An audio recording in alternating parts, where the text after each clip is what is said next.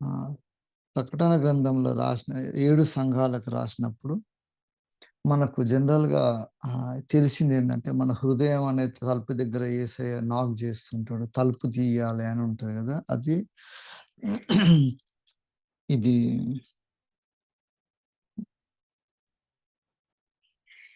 లవోదికయ సంఘంలో రాస్తున్నాడు. ప్రకటన గ్రంథము 3వ అధ్యాయంలో ఉన్నది. ఆహ్, అయితే హ్మ్. నేను ప్రేమించు వారందరిని గద్దించి శిక్షించుచున్నాను. కనుక నీవు ఆసక్తి కలిగి మారు మనసు పొందుము. ఇదిగో నేను తలుపునొద్ద నిలబడి తట్టుచున్నాను. ఎవడైనా నా స్వరం విని తలుపు తీసిన యెడల నేను అతని యొద్దకు వచ్చి అతనితో నేనును నాతో కూడా అతనును భోజనము చేయుదము అంట. ఇక్కడ మనం అబ్జర్వేషన్ ఏందంటే దేవుడు ఆయనెవరోని ప్రేమిస్తుండో వాళ్ళని గద్దించి శిక్షిస్తున్నానంటాడు. హెబ్రీ పత్రికలో కూడా రాస్తాడు. కుమారుని శిక్షించని తండ్రి ఉంటే ఆ కుమారులు ఒకవేళ వాళ్ళు ఆహ్, దుర్బీజులైపోతారు గదా! అని ఉంటది. బైబిల్‌లో ఒకటేసారి వాడిన పదం అదనమాట. దుర్బీజులు అంటే ఇంగ్లీష్ బైబిల్‌లో బాస్టర్డ్స్ అని రాసుంటది. తండ్రి శిక్షింపని కుమారులు దుర్బీజులైపోతారు అని అంటదక్కడ. ఈ ప్రకటన గ్రంథంలో లవోదికీయ సంఘానికి రాస్తూ అంటున్నాడు. నిన్ను ప్రేమించు వారిని గద్దించి శిక్షించుచున్నాను గనుక, నీవు ఆసక్తి కలిగి మారు మనస్సు పొందుము అంట. అయితే మన హృదయము, మనస్సు, ఆత్మ ఈ 3 విషయాలల్ల సంఘానికి గాని, మన జనరల్‌గా గూడా అవేర్‌నెస్ లేకపోవడము సైతాను చేసే ఒక తెలివైన పననమాట. ఈరోజు మనం దాని మీద ఫోకస్ చేద్దాము. ఐ డోంట్ నో నేను ఇంతకుముందు ఎప్పుడైనా ఆలోచించిన ఈ సబ్జెక్ట్ మాట్లాడినమో లేదో. ఇప్పుడు దేవుడు ఏమంటుండంటే, మనం అంటాం గదా! దేవుడు నరునికి జీవాత్మ అని దేవుడు తయారు చేసినాక దేవుడు ఆయన నాసికారంధ్రంలో ఊదినప్పుడు ఆయన జీవాత్మ అయ్యిండన్నాడు. దేవుడు ఏం జేస్తాడు? మన పోలికల సృజిద్దాము మనిషిని అని సృజిస్తాడు. మనకు మనస్సు అనేది ఒకటున్నది. హృదయం అనేది ఒకటున్నది. ఆత్మ అనేది ఇంకొకటున్నది. ఆత్మలో ఉన్న ఈ 2 కలిసిన కాంపోనెంట్ తోటే మన ఆత్మ పవిత్రంగా ఉంటదా? లేకపోతే అపవిత్రంగా ఉంటదా? డిసైడ్ అయితది. అందుకే దేవుని లోపల ఈ 3 లక్షణాలున్నాయన్నమాట. హృదయము, మనస్సు, ఆత్మ ఈ 3 ఉంటాయి. అందుకే మనము మారు మనస్సు పొందాలి అని అంటున్నాడు. మారు హృదయం పొందాలని బైబిల్‌లో లేదు. ఇక్కడ కూడా అంటుంది. మన హృదయం తెరుసుకోవాలంటే మనసు సరి జేసుకోవాలంటున్నాడు. అగో నీవు ఆసక్తి కలిగి మారు మనస్సు పొందుము. ఇదిగో నేను నీ యొద్ద తలుపు వద్ద తట్టుచున్నాను. అప్పుడు నీ తలుపు తీయాలంట. హృదయ శుద్ధి గలవారు ధన్యులు వారు దేవుని చూచెదరంటాడు. కానీ హృదయం శుద్ధి కలగాలంటే మనస్సుతోటే అయితది. అందుకని బైబిల్‌లో ఎక్కడ చూసినా గూడా మనస్సాక్షి సరిగ్గా ఉండాలి. మనస్సాక్షికి వాత పడ్డప్పుడు వాడు దుర్మార్గుడయిపోతాడు. వానికి రైట్, రాంగ్ తెలిసినప్పుడు వాడు రాంగే చేస్తా ఉంటాడనమాట. అందుకని దేవుడు జస్టిస్ ఇచ్చినప్పుడు మనకిప్పుడు వాక్యం ఉన్నది గానీ, వాక్యం లేనప్పుడు ఆహ్, సి పాత నిబంధనలో భక్తులందరిని దేవుడు ఏ విధంగా జడ్జ్ చేస్తాడు? అందుకనే ప్రతి మనిషికి గూడా వాడు అడవి మనిషి వానికి చదువు లేకుండా, సివిలైజేషన్ లేకుండా వానికొక ఆత్మ ఉంటది. వానికి మనస్సు, వాని హృదయం ఉంటది. హృదయంలో కల్మషం లేకుండా ఉండాలంటే మనస్సుతోటి జరుగుతది. అందుకే దావీదు ఒకసారి మిస్టేక్ చేస్తాడు. చేసినప్పుడు నూతనంగా స్థిర మనస్సు నాకు కలుగజేయు అని అడుగుతాడు. నా హృదయం సరిచేయి అని అడగడు. అది 51 కీర్తనలు దావీదు కరెక్ట్ డివైడ్ చేస్తాడన్నమాట. అదొక్క డిఫరెన్షియేషన్ మనం కనుక్కుందాము. తర్వాత మనము గూడా మన హృదయము, మన మనస్సు, మన ఆత్మని సరి చేస్తున్నాయా లేదా తెలుస్తానన్నమాట. ఇప్పుడు దేవుని దగ్గర పోయినప్పుడు మన ఆత్మ పోతది గదా! ఎట్లా పోతదంటే మన మనస్సు, మన హృదయం కలిసి ఈ లోకంలో చేసే ప్రతి పనికి మనం లెక్క చెప్పేదుంటది. కీర్తనలు 51లో ఆ మనసు గురించి దావీదు రాస్తాడు చూడు. దావీదు చేసింది వ్యభిచారము చేస్తాడు. వ్యభిచారం చేసి ఆమెని ఈయన భార్యగా చేసుకోవడానికి ఆమె భర్తను చంపుతాడు. సో, ఈ స్కీమ్ అంతా చేసేది మనస్సు అన్నమాట. అందుకనే దావీదు అడుగుతాడు. 51 కీర్తన ఉంటది చూడు. అవన్నీ మిగతా అన్ని చెప్పడు. చెప్పకుండా దావీదు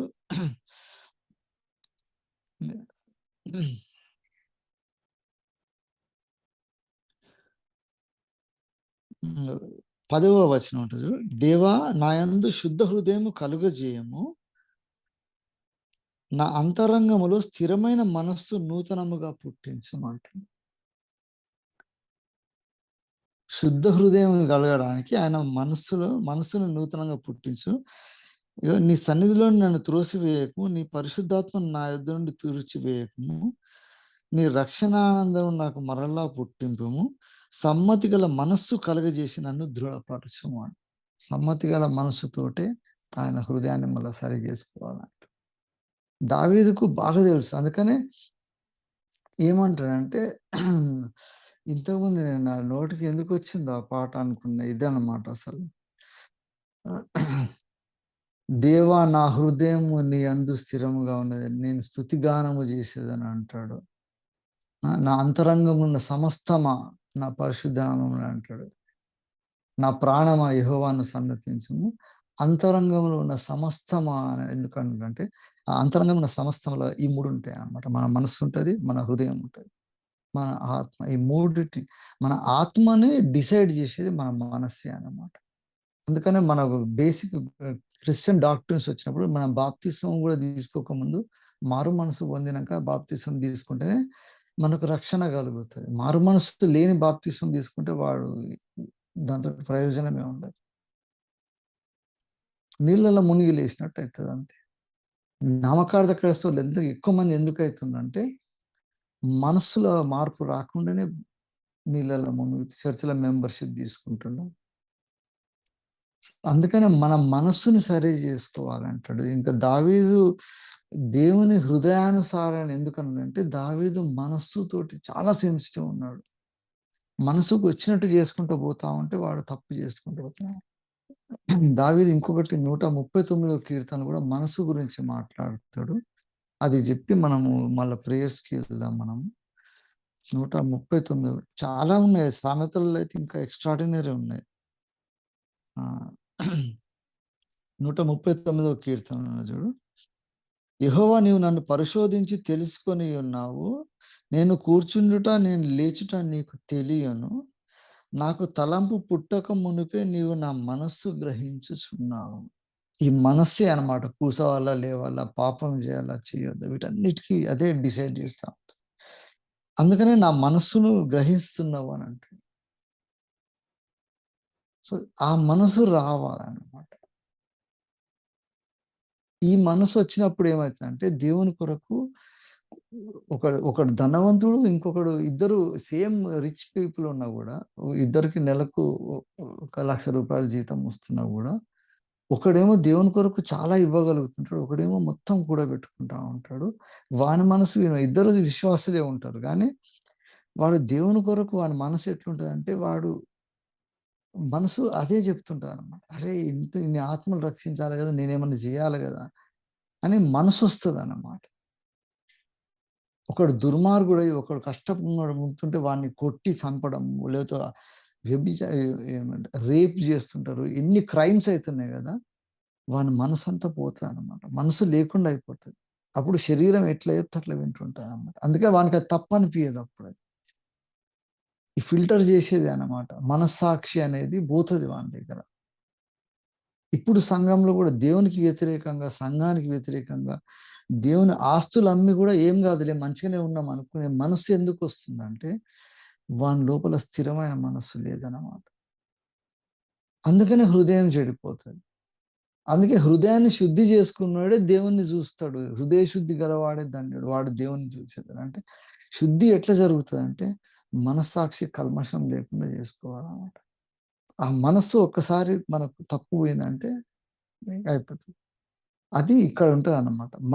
this will decide the heart అన్నమాట. అందుకనే హృదయంలో దేవుడు అంటాడు, నా ధర్మశాస్త్రం నీ హృదయంలో పెట్టుకో అని అంటాడు. కానీ ధర్మశాస్త్రాన్ని ఇంప్లిమెంట్ చేయాలంటే మనసు రావాలి మనకు. ప్రతి ఒక్కరికి వాక్యం తెలిసే ఉంటది గానీ వాళ్ళు తప్పు చేస్తుంటారు. ప్రతి ఒక్కరు బైబిల్‌లో పండితులై ఉంటారు గానీ, వాళ్ళు దేవుని పక్షాన సరిగ్గా నిలబడలేరు. ఎక్కడ దేవుని పక్షాన ఉండాలో అక్కడ ఉండలేరు. వాళ్ళకి ఆ మనసు రాదనమాట. సో, తెలివి, జ్ఞానం ఉండడం వేరే, మనస్సు సరిగా ఉండడం వేరే. అందుకని దేవుడు అంటున్నాడు, మారు మనస్సు పొందితేనే రక్షణ కలుగుతది. మారు మనసు లేనోడు తప్పకుండా, అరే! నేను తప్పు జేసినా గదా! అన్నప్పుడు వాని మనస్సు అంటది, ఏం గాదులే తప్పు చేస్తే గూడా ఏమైతది? అందరూ గూడా జేస్తలేరా అని ఏదో రీజనింగ్ ఇస్తుంటదనమాట. సో, అందుకని హృదయం అనేది తలుపు తట్టినప్పుడు నీ మనస్సుతోటి మారు మనసు పొంది నా తలుపు తీస్తే నేను లోపలికొస్తా అంటుంది. దాన్ని మనం ఏమనుకుంటాము? ప్రేరేపణ అనుకుంటుంటాం. శోధన, ప్రేరేపణ ఇవన్నీ మన హృదయానికి తగులుతూనే ఉంటాయి. మన మనసు డిస్కరేజ్ చేస్తదనమాట. ఇది శోధన, లేకపోతే ఇది కరెక్ట్ దేవుడి ఆలోచన ఇది కాబట్టి అని అప్పుడు ఓపెన్ చేస్తామనమాట. అప్పుడు దేవుని జ్ఞానం మన లోపలికొస్తది. ఇంత మెకానిజము దేవుని లోపలున్నది. ఆ పోలికగా మనల్ని చేసిండనమాట. ఇవన్నీ జంతువులకు గాని వేరేవి ఉండవనమాట. దేవుడు చేసిన ప్రతి జంతువులున్నాయి, వృక్షాలున్నాయి, కీటకాలు అన్నీ ఉన్నాయి గదా! వాటికి ఇట్లుండదు. ఈ మెకానిజం వాటికుండదు. వాటి స్వభావమే అట్లుంటదనమాట. కానీ మనిషి గూడా మనిషి స్వభావం ఎప్పుడు పాప స్వభావమైనా గూడా వాడు పవిత్రుడు ఎందుకైతాడంటే దేవుడు అంటున్నాడు, ఆ పాపపు శరీరంలో నేను నా మనస్సు పెడుతున్నా గదబ్బా! ఆ మనస్సుతోటి పవిత్రం గావాలన్నమాట. అప్పుడు దైవత్వం వస్తది మన లోపల. దేవుని లక్షణాలు అవే అన్నమాట. ఇవన్నీ గూడా పరలోకంలో దేవుడు మనం నిత్యత్వంలో ఉన్న పరిశుద్ధతను మెయింటైన్ జేయడానికి ఈ పరిస్థితులు కలిగించిండనమాట. మన ఎక్స్‌టర్నల్ ఎన్వైరన్మెంట్ గూడా మనకు పరిశుద్ధతకు వ్యతిరేకంగా ఉంటది. మన శరీరం, మన ఇంటర్నల్ సిస్టమ్ అంతా గూడా పరిశుద్ధతకు వ్యతిరేకంగానే కోరుతా ఉంటది.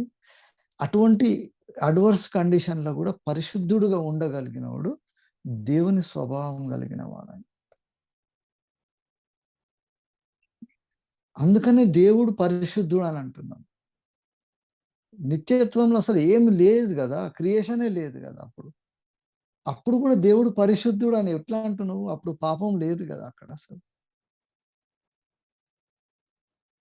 ఎందుకంటే దేవునిలో ఉన్న స్వభావం ఏందంటే, పాప స్వభావం ఎంత ఉన్నా గూడా ఎక్స్‌టర్నల్ ఎక్కడున్నా గూడా ఆయన పాపాన్ని దూరం జేయగలిగిన సామర్థ్యం కలిగినోడే దేవుడు. అందుకని ఆయన కుమారులుగా మనం ఆయన రక్తము తీసుకున్నప్పుడు మనము పవిత్రులమైపోతాము. పాపాన్ని దూరం జేసుకోగలిగిన సామర్థ్యం యేసయ్య రక్తంలోనే ఉందన్నమాట. అప్పుడు పవిత్రులమైతాము. అప్పుడు పరిశుద్ధులమైతాం అన్నమాట. అటువంటి పరిశుద్ధుల కొరకే అని పౌలు రాసిన ప్రతి లెటర్ రాస్తూ సంఘంలో ఉన్న పరిశుద్ధుల కొరకు అంటే, ఈ స్వభావం ఉన్నోళ్ళే పరిశుద్ధులయితారన్నమాట. లేకపోతే దేవుని దూతలు గూడా ఇప్పుడు ఎంతోమంది పాపం జేసినారు గదా! పరలోకంలో గూడా ఇప్పుడు ఇంపర్ఫెక్ట్ పీపుల్ ఉన్నారు. అందుకే దేవుడు అంటుండు, నేను కొత్త భూమిని, కొత్త ఆకాశాన్ని జేస్తాను. ఆ నిత్య రాజ్యంలో ఇంపర్ఫెక్షనే ఉండదు. మళ్ళా పాపం రానీకి అవకాశమే లేదు. ఇప్పుడు గూడా సైతాను గాడు దేవుని సన్నిధిలో బోయి మనకు యోబు గ్రంథంలో గనిపిస్తది. ఒక టైంలో బోయి దేవుని సన్నిధిలో సైతానొచ్చి మాట్లాడుతుంటాడు. దేవుడు, సైతాను మాట్లాడుకుంటా. నా యోబు గురించి మాట్లాడినప్పుడు ఆయన ఎంత నీతిమంతుడు, సాత్వికుడు గదా! అని అన్నప్పుడు సైతాను కాంపిటీషన్ ఒస్తాడు. సో, దేవుడు పరిశుద్ధుడుగా ఉన్నడు. మనము పరిశుద్ధులం అనే మైండ్ క్లియర్ గావాలన్నమాట.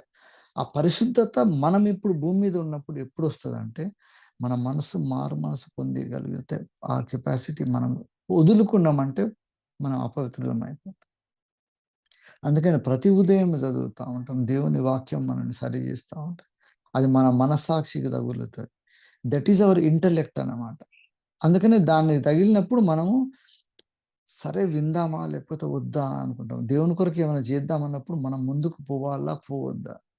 లేకపోతే ఒక పరిస్థితొస్తది. ఇట్లా జేస్తే మనకు నష్టమైతుంది గానీ, దేవుడు ఇదే జేయమంటుండు గదా!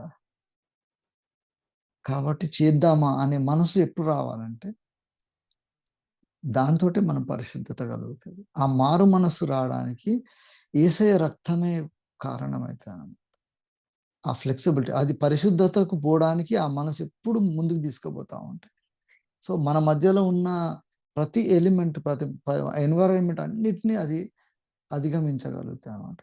అందుకని దేవుని పక్షాన నిలబడాలన్నప్పుడు కొన్నిసార్లు అవమానం జరుగుతది. కొన్నిసార్లు మనకు నష్టం జరుగుతది. కొన్నిసార్లు ఎవడు గుర్తించడు. కొన్నిసార్లు మనకు ప్రాణాపాయం జరిగే పరిస్థితి ఉంటది. గానీ, అప్పుడు మన మనసు ఎంత క్లారిటీ ఉంటదంటే, దేవుడు ఇదే మెచ్చుకుంటుండు గాబట్టి, దీనితోటే నేను ముందుకు పోతాను. అప్పుడు దేవుడు ఏం చేస్తాడు? ఆయన చిత్తాన్ని మన ద్వారా నెరవేరుస్తాడు. అందుకని అగ్ని ఏడంతలు అగ్ని ఉన్నా గూడా, వీళ్ళ మనసు ఏముందంటే స్థిరంగా ఉన్నదనమాట. ఆ దేవుడే మమ్మల్ని కాపాడుతాడు. కాపాడకుంటే కాపాడొద్దని ఆయన డిసైడ్ చేసిండు కాబట్టి మేము నాశనమైన పర్లేదు గానీ, ఆ దేవుని మాటకు మాత్రం మేము లోబడే ఉంటాము అని నిలబడతాం. This is all mind game అన్నమాట. సైతాను గాడు అదే మైండ్ గేమ్‌లా మనల్ని డిఫీట్ చేసుకుంటా పోతాడు. ఎంతైనా కరుణ గల దేవుడు గదా! కృపగల దేవుడు గదా! నువ్వు ఎంత పాపం చేసినా ఏం గాదు. మళ్ళా చెయ్యి ఒకసారి పాపం. ఆయన మంచి ప్రేమ గల దేవుడు గదా! ఎట్లైనా రక్షించుకుంటాడు. ఒకసారి మనం మునిగినాం గదా! అని మనం పాపం జేయడానికి కంఫర్టబుల్ ఆర్గ్యుమెంట్స్ ఇస్తా ఉంటదనమాట సైతాను. అందుకనే అది రాగానే మన మనసుకు తట్టగానే దాన్ని ఫిల్టర్ జేసి ఇది నిజంగా దేవుని నుంచి వచ్చిందా? లేకపోతే దీనితోటి నాకు కల్మషము కలుగుతుందా నా మనసుకు? చూసుకొని వాటిని సరి జేసుకుంటా ఉంటామనమాట. అందుకని యేసయ్య రక్తము లేకుండా పాపక్షమాపణ లేదు. పరలోకంలోకి పోవడానికి ఇంపాసిబుల్ అనమాట. అందుకని అబ్రహాము గూడా యేసయ్యను ముందే జూషినా అని జెప్తాడు. యేసయ్య అంటాడనమాట. అబ్రాహాం కంటే ముందే నువ్వు పుట్టినావు అంటే అన్నిటికంటే ముందు నేనే ఉన్నా గదా! నా తర్వాతనే వీళ్ళందరూ వచ్చిందా? అబ్రాహాముకు రక్షణ ఎట్లా కలిగిందంటే యేసయ్య రక్తం ద్వారానే కలిగింది. సో, నిత్య రాజ్యంలో దేవుడు ఈ అనంతమైన ఆ ప్రపంచంలో మొదట ఉన్న దేవుడు ఆయన పరిశుద్ధుడు అయి ఉన్నాడు. నేను పరిశుద్ధుడిని కాబట్టి మీరు గూడా పరిశుద్ధులు గావాలంట. దానికి ఉన్న ఒకటే ఒక కీలకమైన మన మనస్సుని తప్పకుండా సెన్సిటివ్‌గా పెట్టుకోవాలన్నమాట దేవుడు వచ్చినప్పుడు. ఆ మనసు సెన్సిటివ్ ఉన్నప్పుడు దైవత్వంలో ఉన్న ప్రతి లక్షణం మనం ఈ జీవిత కాలంలో దేవుడు ఇస్తా ఉంటాడు. అనుభవాలతోటి వస్తుంటాయి. ఇటువంటి మారు మనసు కలిగిన వాళ్ళ సమూహం అంతా కలిసినప్పుడు దేవుని కొరకు గొప్ప కార్యాలు చేరుతారు. ధర్మశాస్త్రం కూడా నీ హృదయం మీద రాసుకో అని ఎందుకు చెప్పిందంటే, ఆ హృదయం మీద రాసిన ధర్మశాస్త్రాన్ని ఇంప్లిమెంట్ చేయాలన్నప్పుడు మళ్ళా మన మనస్సే పని చేయాలని. రోమాపత్రికలో పౌలు ఈ సబ్జెక్ట్ డీల్ చేస్తాడు. ఎంతోమంది వాళ్ళ హృదయాల మీద ధర్మశాస్త్రం రాసుకున్నట్టే ఉన్నది కాబట్టి వాళ్ళని నేను రక్షించుకుంటానంటాడు. సో, ఈ ఉదయకాలం మనం చేసే ప్రార్థన కూడా ఉంది. అందుకనే ఈ సత్యమైన వాక్యాన్ని మనం కరెక్ట్‌గా ధ్యానించినప్పుడు మన మనస్సు ఏం చేస్తదంటే ఏది సత్యము అనుకున్నప్పుడు సత్యాన్ని దిక్కే పోతాం. అసత్యం దిక్కు పోనీకి ఇష్టం ఉండదు. ఇప్పుడు ఎంతో మందికి దేవుని వాక్యం చెప్తా ఉంటాం కదా! అందరూ రక్షింపబడరు. ఎందుకు? కొంతమందే రక్షింపబడతారు. ఎందుకంటే వాళ్ళ మనస్సాక్షి కరెక్ట్ ఉంటదనమాట. అవును గదా! మనం మొక్కుతున్నాం గదా! ఈ విగ్రహాలు కరెక్ట్ గాదు గదా! అని వానికి అనిపిస్తా ఉంటది ఎప్పుడు. ఎక్కడనో సడెన్‌గా దేవుని వాక్యం వింటాడు. విని అరే! ఈ విగ్రహాలను మొక్కుతున్నావు గానీ అసలు నిజమైన దేవుడు వీటన్నిటికి సృష్టికర్త అయిన మనల్ని సృష్టించిన దేవుడున్నాడు. ఆయనకు ప్రతిబింబాలుగా మనోళ్ళు వీటిని పెట్టుకుంటారు గానీ ఇవి గాదు. ఆయననే డైరెక్ట్ మొక్కాలే. ఆయన మన మధ్యకొచ్చిండు. ఆయనే యేసు ప్రభు అని తెలిసింది గదా! తెలవంగానే వాని మనస్సాక్షి సరి జేస్తది. వాడన్నిటిని వదిలేస్తాడు. కుటుంబం వెలివేస్తది. వానికి రక్షణ పోతది. వాడిని ఆ కులమోడా, ఈ కులమోడా ఏమేమో అంటుంటారు. అన్నిటిని పక్కకు పెట్టేసి వాడు రక్షింపబడుతున్నాడు. మనస్సాక్షి సరిగా ఉన్నప్పుడు. ఒక రక్షింపబడ్డోని లోపల గూడా మనస్సాక్షి ప్రతిసారి దేవునికి వ్యతిరేకంగా సైతాను ఒకవేళ ప్రేరేపణ చేసినప్పుడు వాడు మనస్సాక్షిని మళ్ళా రిస్టోర్ చేసుకుంటాడు. అందుకనే మనము మన కనుదృష్టిలో గూడా క్లారిటీ వస్తదనమాట. దృష్టితోటి పాపం జేయవచ్చు గదా! అదెట్లా దాన్ని కంట్రోల్ జేస్తాం మనం? మన ఆలోచనలు మనస్సులోనే ఉంటాయి గదా! ఆలోచనలన్నీ గూడా. వాటిని కంట్రోల్ జేయాలంటే ఈ క్వాలిటీ రావాలన్నమాట. అది దాన్ని పవిత్రం జేసేది యేసయ్య రక్తమే గాబట్టి, అప్పుడు అటువంటి అన్ని ఆలోచనలొచ్చి తగులుతా ఉంటే వాటినన్నిటిని దూరం జేసుకుంటా ఉంటాం మనం. చేసుకుంటా ఉంటే మన దృష్టిలో లోపం బోతది. దాని తర్వాతనే గదా క్రియలు జరిగేది. ఫస్ట్ ఆలోచనతోటొస్తది మన శరీరం. తర్వాత క్రియలు జరుగుతాయి. సో, ఆలోచనలు ప్యూరిఫై జేసేది మన మనస్సులో ఉన్నదాన్ని ఇదే అనమాట. ఆ మనసు ఫ్లెక్సిబిలిటీని మనం డెవలప్ జేసుకున్నప్పుడు దేవుని ఆత్మ మన ద్వారా మాట్లాడుతా. అప్పుడు అసలు అందుకనే పరిశుద్ధాత్మ, మన అంతరాత్మ 2 కరెక్ట్‌గా అయిపోతాయి. అంటే మెర్జ్ అయిపోతాయి. అప్పుడు మన క్లారిటీ ఉంటదనమాట. అసలు పాపము చెయ్యడానికి ఇంపాసిబుల్ అనమాట. అదే పరిశుద్ధత దేవుడు మన లోపల కోరుతున్నాడనమాట. అప్పుడు ఆయన మన మధ్యకొచ్చినప్పుడు, లేదా మనం చనిపోయినాక దేవుని సన్నిధిలో పోయినప్పుడు, ఈ పరిశుద్ధత పట్ల ఆసక్తి కలిగి మారు మనసు పొంది ప్రతి ఒక్కరు ఉండేటోళ్ళందరిని కూడా దేవుడు అంటాడు, వీడే నా కుమారుడు. ఎందుకంటే నా రక్తంలో ఉన్న ఈ క్వాలిటీ వీని లోపల ఫుల్‌గా అనిపిస్తుంది కదా! కాబట్టి వీడంటాడు. లేకపోతే నులివెచ్చగా ఉన్నవురా నువ్వు, చల్లగా లేవు, వెచ్చగా లేవు. అప్పుడప్పుడు మంచోనిలా ఉంటావు, అప్పుడప్పుడు దుర్మార్గంలా ఉంటావు. అసలు నువ్వు పనికిరావు అని అంటాడు. అందుకే అంత ఇంపార్టెంట్ అనమాట దేవునికి. బికాజ్ ఒక్కసారి నిత్య రాజ్యంలో పోయినాక ఇక అక్కడి నుంచి దేర్ ఇస్ నో ఎండ్ అనమాట. అంతము లేని రాజ్యం ఉంటది అక్కడ. ఆయన కుమారుల్లాగా మనం ఉంటాం. జ్యేష్ఠుల సంఘం అని ఎంత ఎక్స్ట్రార్డినరీ ఛాన్స్ మనకున్నదంటే ఈ జీవిత కాలాలు. అందుకని శరీరాన్ని పౌలు అంటాడు, పెంట కుప్పతోటి సమానం ఎంచుకొని అసలు నాకు ఇదంతా నథింగ్ అని అంటాడు. ఆయన దేవుని చిత్తాన్ని నెరవేర్చడం, దేవునికి ఇష్టమైన పనులు చేయడానికి మనకు ఆ మారు మనసు అనేది చాలా ముఖ్యం అన్నమాట. మన మనసులో కల్మషం ఏమైనా ఉంటే దాన్ని తీస్తా ఉండాలి ఎప్పుడు, ఎవ్రీ టైమ్. అందుకని ఆయన రక్తంలో కూడా, ఆయన రక్తమే పవిత్రమైనది కాబట్టి మన మనసుని పవిత్రం చేయడానికి there is no other remedy అన్నమాట. అందుకనే యేసయ్య రక్తం లేకుండా పరలోకానికి రావడం అసంభవం అన్నమాట. అదే మార్గం అన్నమాట. అది తప్ప వేరే మార్గమే లేదు. దానికి గుర్తుల్లాగా దేవుడు ఏం చేసిండంటే, ప్రతి ఆలోచన, ప్రతి జనములో గూడా ఈ రక్తశుద్ధి ఉండాలన్నాడు. అందుకనే పౌలు పోయి ఏథెన్స్ వాళ్ళ దగ్గర పోయినప్పుడు వాళ్ళు రకరకాల విగ్రహాలు పెట్టినప్పుడు అంటాడన్నమాట. రక్తముతోటి శుద్ధి చేస్తదని అందరికీ కామన్‌గా తెలుసు గదా అంటాడు. It is a common understanding that blood purifies everything. మన శరీరంలో గూడా రక్తమే గదా మన శరీరాన్ని అంతా ప్యూర్ చేసేది. హార్ట్ ఒక మెషిన్ లాగా కొట్టుకుంటా ఉంటది. అంటే మనం మోటార్ పంప్ చేస్తే నీళ్లు పైకి కిందకి ఇంట్లో ఎట్లా వస్తాయో, హార్ట్ కూడా పంప్ చేస్తుంటది అంతే. కానీ అందులో రక్తమే కదా, శరీరాన్ని అంతా లైఫ్ పెట్టేదే రక్తం. అందుకనే రక్తం చిందించాల్సి వస్తదనమాట.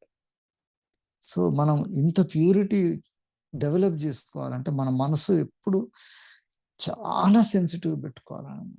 అది సెన్సిటివ్‌గా ఉన్నప్పుడు దేవునికి వ్యతిరేకంగా కాంగానే చెప్తది, "ఏయ్! తప్పు చేస్తున్నావురా నువ్వు, తప్పు ఆలోచిస్తున్నావురా." లేతే నీకు ఇది జెప్తే చేద్దాం అనుకున్నావు, మళ్ళీ ఒకసారి ముందుకొచ్చి మళ్ళీ వెనకకు పోతున్నావు అని. స్థిరమైన మనసు నూతనముగా పుట్టించు అని దావీదు. ఎందుకంటే దావీదుల మనసు స్థిరంగా లేనప్పుడే ఇవన్నీ జరిగినాయన్నమాట, పాపం భయంకరంగా. అందుకనే అంటాడు, మరలా నాకు నూతనంగా స్థిరమైన మనసు పుట్టించు. ఆ స్థిరమైన మనస్సు దేవుని మార్గం నుంచి పక్కకు పోదనమాట. ఈ ఉదయకాలం మనము గూడా మన మనస్సులకు కళ్ళెం వేసుకొని, మనసులను స్థిరపరుచుకొని, మనసులకున్న కల్మషాన్ని మనము దేవుని రక్తంతోటి శుద్ధి చేసుకున్నప్పుడు, దేవుని చిత్తాన్ని గ్రహిస్తాము. దేవుని చిత్తాన్ని మనము ఇంప్లిమెంట్ చేస్తామన్నమాట. దేవుని కొరకు, దేవుని పక్షాన మనం ఇక్కడ ఈ భూమి మీద చేసే ప్రతి పనిని కూడా దేవుడు అంటాడన్నమాట, నా చిత్తాన్ని నెరవేర్చినావు కాబట్టి. ఇట్లా పరలోకంలో నిత్య రాజ్యంలో కూడా నా చిత్తం అంతా నెరవేర్చేటోళ్ళే ఉంటారు నా దగ్గర అని దేవుడు అటువంటి వాళ్ళ కొరకు భూమి మీద వెతుకుతా ఉంటాడు అన్నమాట, ఎవరెవరు ఉన్నారా అని. అందుకని మనము మనస్సుతోటి మన ఆత్మని శుద్ధి చేసుకోవాలి. మా మనసుల యేసయ్య రక్తంతోటి శుద్ధి కలగాలి. అప్పుడు మనకు కరెక్ట్‌గా పరిశుద్ధులు కావడానికి మనకు అవకాశం ఉంటది. అది తప్ప వేరే పద్ధతిలో పరిశుద్ధులు కావడం అసంభవం కాబట్టి మన మనస్సులని నూతన పరుచుకుందాము, స్థిరపరుచుకుందాము. అదే మనస్సుతోటి మనము దేవుని దగ్గర పోయినప్పుడు మనకు మనశ్శాంతి కలుగుతదనమాట. అబ్బా! కరెక్ట్ ఉన్నాం గదా! అందుకనే డబ్బు లేకున్నా, తిండి లేకున్నా, అవమానపరిచినా, ఎవడేమన్నా గూడా మనకు మంచిగా మనశ్శాంతి ఉంటది. కొంతమంది భూమిలో అన్నీ సంపాదించుకుంటారు కానీ వాడు పండుకుంటే వానికి మనశ్శాంతి లేని బ్రతుకుంటది. ఈ పీస్ అనేది ఎట్లొస్తదంటే దేవుడిచ్చిన ఈ మనస్సు సరి చేసుకున్నప్పుడే వస్తదనమాట. దేవుని మనస్సు అనేది ఒక్కటి చెప్పి క్లోజ్ చేస్తాను నేను. ఈ మనస్సు మనకిప్పుడు మన కాన్ఫిడెన్స్ పక్షాన చూసుకుంటే దేవుని మనస్సు ఏందంటే ఎఫెసీ పత్రికలో రాసింటది పౌలు. యేసయ్యకున్న ఈ మనస్సు మీరు కలిగి ఉండండి అని ఫిలిప్పీ పత్రికలో రాస్తాడు. ఫిలిప్పీ 2వ అధ్యాయంలో ఉంటది. ఇగో కావున క్రీస్తునందు ఏ హెచ్చరిక అయినను, ప్రేమ వలనైనా, ఆదరణ అయినను, ఆత్మయందు ఏ సహవాసమైనను, ఏ దయారసమైనను, వాత్సల్యమైన ఉన్న ఎడల మీరు ఏక మనస్కులుగా ఉండున్నట్లు. ఇది చూడు, మనం మనసు ఒకటి కావాలంటే సంఘముగా ఉన్నప్పుడు మీరు ఏక మనస్కులుగా ఉండునట్లుగా ఏక ప్రేమ కలిగి ఏక భావం కలిగి ఉండి ఒక్కదాని వలనే మనస్సు గల ఒక్కదాని అందే మనస్సు ఉంచుచు నా సంతోషమును పరిపూర్ణము చేయుడి. శిక్ష చేతనైన ఉదాసీ చేతనైన ఏమీ చేయక విష వినయమైన మనస్సు గలవారై ఒకరినొకడు తనకంటే యోగ్యునిగా ఎంచుకొనొచ్చు. మీలో ప్రతివాడును తన సొంత కార్యములను మాత్రమే కాక ఇతరుల కార్యములను కూడా చూడవలెను. క్రీస్తు యేసునకు కలిగిన ఈ మనస్సు మీరు కలిగి ఉండుడి. ఫెలోషిప్ అన్నమాట. మన సహోదరులందరూ ఐక్యత కలిగి ఉండాలని కాన్ఫరెన్స్‌లో మాట్లాడుతుంటే, మనస్సులో సరిగా లేనోడు ఏక మనస్కులు కాలేకపోతారన్నమాట. యూనిటీ ఎందుకు లేదు మన కాన్ఫరెన్స్‌లో అంటే, ఈ మనస్సు అనేది లేనోళ్ళు ఉంటారు కొంతమంది. కాబట్టి మనం ఏం చేస్తామంటే, ఈ యేసయ్యకు కలిగిన ఈ మనస్సు కలిగి ఒకరిని అధికముగా ఎంచుకోవాలి. ఒకరినొకరిని తక్కువ చేయకుండా మనం ముందుకు పోవాలి. అట్లా వచ్చినోళ్ళందరూ మనతోటి ఏకీభవిస్తారు. ఏక మనస్కులైతారు. కానప్పుడు వాడు ఉత్తరవాది దేవునికి గాని, మనం గాదు కాబట్టి we are getting united because Yesayya దేవుని మనసు మనకున్నప్పుడు దేవునితోటి ఎట్లా యూనిటీ ఉంటదో, సహోదరులతోటి కూడా అప్పుడు దేవుని మనసు ఉన్నప్పుడే యూనిటీ ఉంటది. అట్ట మనసు లేనోనితోటి మనం కలిసి ఉన్నామంటే అది అసలది కుదరని పననమాట. అందుకనే సంఘాల్లో కొన్నిసార్లు విభేదాలొస్తాయి. దేవుని మనస్సు డెవలప్ చేసుకోవాలనే ఆసక్తి లేనోళ్ళందరూ గూడా లోకరీతికి వెళ్ళిపోతా ఉంటారు. వాళ్ళని పట్టుకొని మనమంతా కలిసి ఉండాలని ఆలోచించడము వాక్య ప్రకారం కరెక్ట్ గాదు. దేవుని చిత్తం గూడా గాదు. ఒకవేళ అట్లనే అందరూ మంచోడైన, చెడ్డోడైన ఒక్కడనే ఉంటే ఏం గాదని అనుకుంటే, గోధుమలు, గురుగులని ఒకటి పొలంలో పెరుగుతాయి గదా! ఒక టైమ్ వచ్చినప్పుడు దేవుడు అంటాడు, తీసేసి సెపరేట్ జేస్తానంటాడు. సంఘంలో గూడా ఐక్యత గాదు గానీ, అందరూ కలిసే ఉంటారు గానీ, ఒక టైమ్ వస్తది. దేవుడు అంటాడు, వీని మీ లోపలికెళ్ళి ఒకరిని తీసేసి సెపరేట్ చేస్తా. అందుకనే చేసినమాట. దేవునికి ఒక నిత్య రాజ్యం ఉన్నది. ఒక నిత్య నాశనం అనే ప్రదేశం పెట్టిండు. మన మనసు అంత సెన్సిటివ్ ఉన్నప్పుడు, దేవుని మనస్సు కలిగి మనం ఉన్నప్పుడు ఐక్యత అనేది ఆటోమేటిక్‌గా వస్తది. కుటుంబముల ఐక్యత ఉంటది. సంఘముల ఐక్యత ఉంటది. విశ్వాసుల మధ్య ఐక్యత ఉంటది. దేశాల మధ్య ఐక్యత ఉంటది. వీటన్నిటికి కూడా యేసయ్య మనస్సే ముఖ్యమనమాట. దేవుడిచ్చిన ఈ కొద్ది ఆలోచన బట్టి దేవునికి మహిమ కలుగును గాక. Thank you. Thank you brother.